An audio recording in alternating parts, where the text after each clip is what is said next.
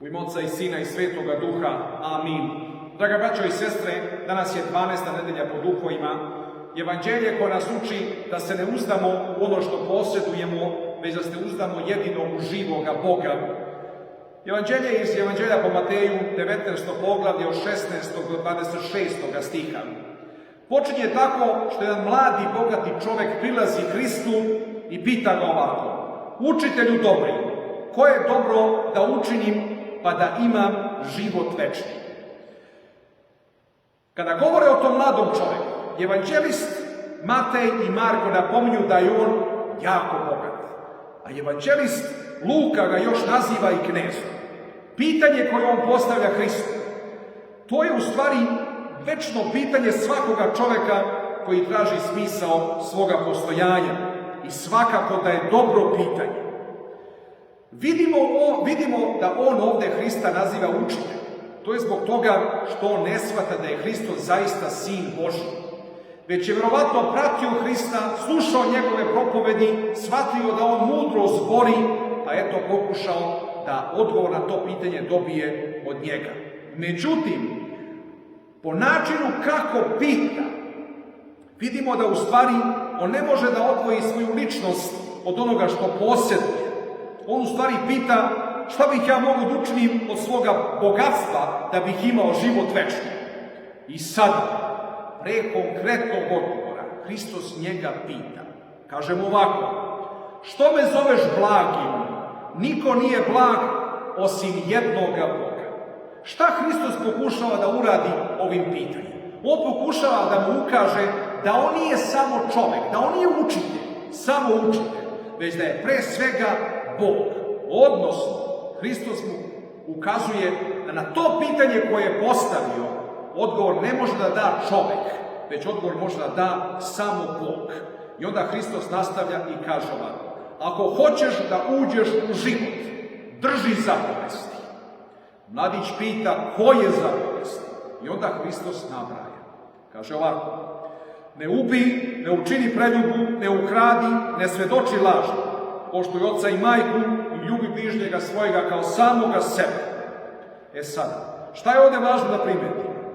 Znači, Hristos kad odgovara na pitanje o večnome životu, on ne kaže ako hoćeš da uđeš u život večni, već samo kaže ako hoćeš da uđeš u život. Zbog toga što za Boga postoji samo jedan jedini život. To je život večni i to je jedini pravi život koji nama ljudima daje smisao, odnosno smisao našeg postojanja.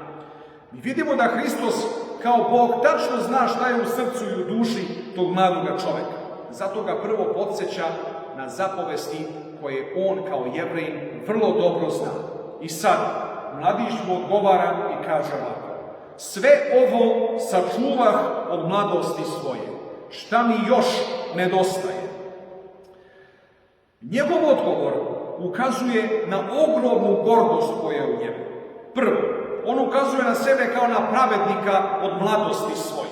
Drugo, on pita šta mu nedostaje. Ne zato što veruje da mu nešto zaista nedostaje, već zato što želi da Hristos potvrdi da je on već sve ispunio što treba da bi ostvario život večni. I sada Hristos nastavlja i kaže ovako: ako hoćeš da budeš savršen, idi, prodaj sve što imaš i podaj siromasima i imat ćeš blago na nebu, pa hajde za mnom. A kad ču mladić, otide žalosno, jer imaše mnoga imanja. I reče Isus učenicima svojim: i opet vam kaže, lakše je kameni proći kroz iglene uši, nego li bogatome ući u carstvo Božje. Šta se sad ovdje dogodilo? Hristos zna, kao Bog, da taj mladić samo formalno ispunjava Božje zapovesti, ali ne i suštinski. Zato će Hristov odgovor otkriti da je mladić previše vezan za ono što posjeduje. Znači, kod njega ljubav prema onome što posjeduje prevazilazi njegovu ljubav prema Bogu i on odlazi ožalošćen. Ove Hristove reči ne znače da onaj ko posjeduje bogatstvo neće moći da ostvari carstvo Božje, niti da je bogatstvo samo po sebi greh. Evanđelje jasno kaže, tamo gdje je blago vaše, tamo će biti i srce vaše. Šta to znači? To u stvari ukazuje na jedan potencijalni problem kod ljudi koji nešto posjeduju. Ako ne blagodarimo Bogu za ono što imamo i ne shvatamo sve kao dar Božji koji nam je poveren, ne samo zarad nas, već i zarad bližnjih i ljudi oko nas, onda smo na putu propasti. Znači, ako se čovjek uzda u svoje bogatstvo i traži sigurnost u onome što posjeduje, a ne uzda se u Boga, onda je bogatstvo pogubno po takvoga čovjeka. Loše je po njega. Ovdje nije pitanje koliko ko ima, jer niko nema, ne postoje dva čovjeka koji posjeduju iste stvari. Međutim, ovo je pitanje koliko se čovjek čvrsto drži onoga što posjeduje i oslanja na to, bez obzira koliko čega posjeduje. Znači, mladi čovjek se potpuno uzdao u ono što ima i to ga je zarobilo njegovu dušu. Sada, da bi ga oslobodio tog ropstva i vezanosti za ono što posjeduje, Hristos mu daje takav odgovor i kaže mu, prodaj to što imaš, to te je zarobilo, to te drži odvojenim od Boga. Zato je njegov odgovor takav. I zato je njemu to jako teško palo. I on odlazi. Sada, apostoli koji su to slušali, Hristovi apostoli, njih 12, oni sa čuđenjem pitaju Hrista, kaže pojašnjenje i kaže mu ovako, ko se dakle može spasiti? Znači oni pitaju Hrista. A Isus, pogledavši na njih, reče im, ljudima je ovo nemoguće, a Bogu je sve moguće. Pazite sad, ovo ne znači da se niko ne može spasiti, već znači da se može spasiti samo onaj ko se uzda u pomoć Božiju, a ne u svoje sopstvene snage, niti ono što posjeduje kao ovaj mladi čovjek. Znači, jedini pravi život je večni život, čiji je izvor samo Bog. Naša ljudska priroda bez Boga propada. Ona nema snagu da pobedi smrt. Ona u ovome svetu umire. I zato se Bog rađa kao čovjek.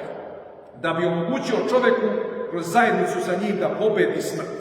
I zato Hristos, pre nego što odgovara na to pitanje, ukazuje na sebe kao na Boga. Pa tek onda odgovara. Zbog čega je ovo važno? Ovo nas uči da ne pravimo od Hrista nekakvog mudraca ili filozofa ili nekakvog profesora etike, već da je on živi Bog koji voli čovjeka i koji želi da se svaki čovjek spase. Ovo je bitno zbog toga što od toga kako vidimo Hrista zavisi kakav će on imati uticaj na naše živote.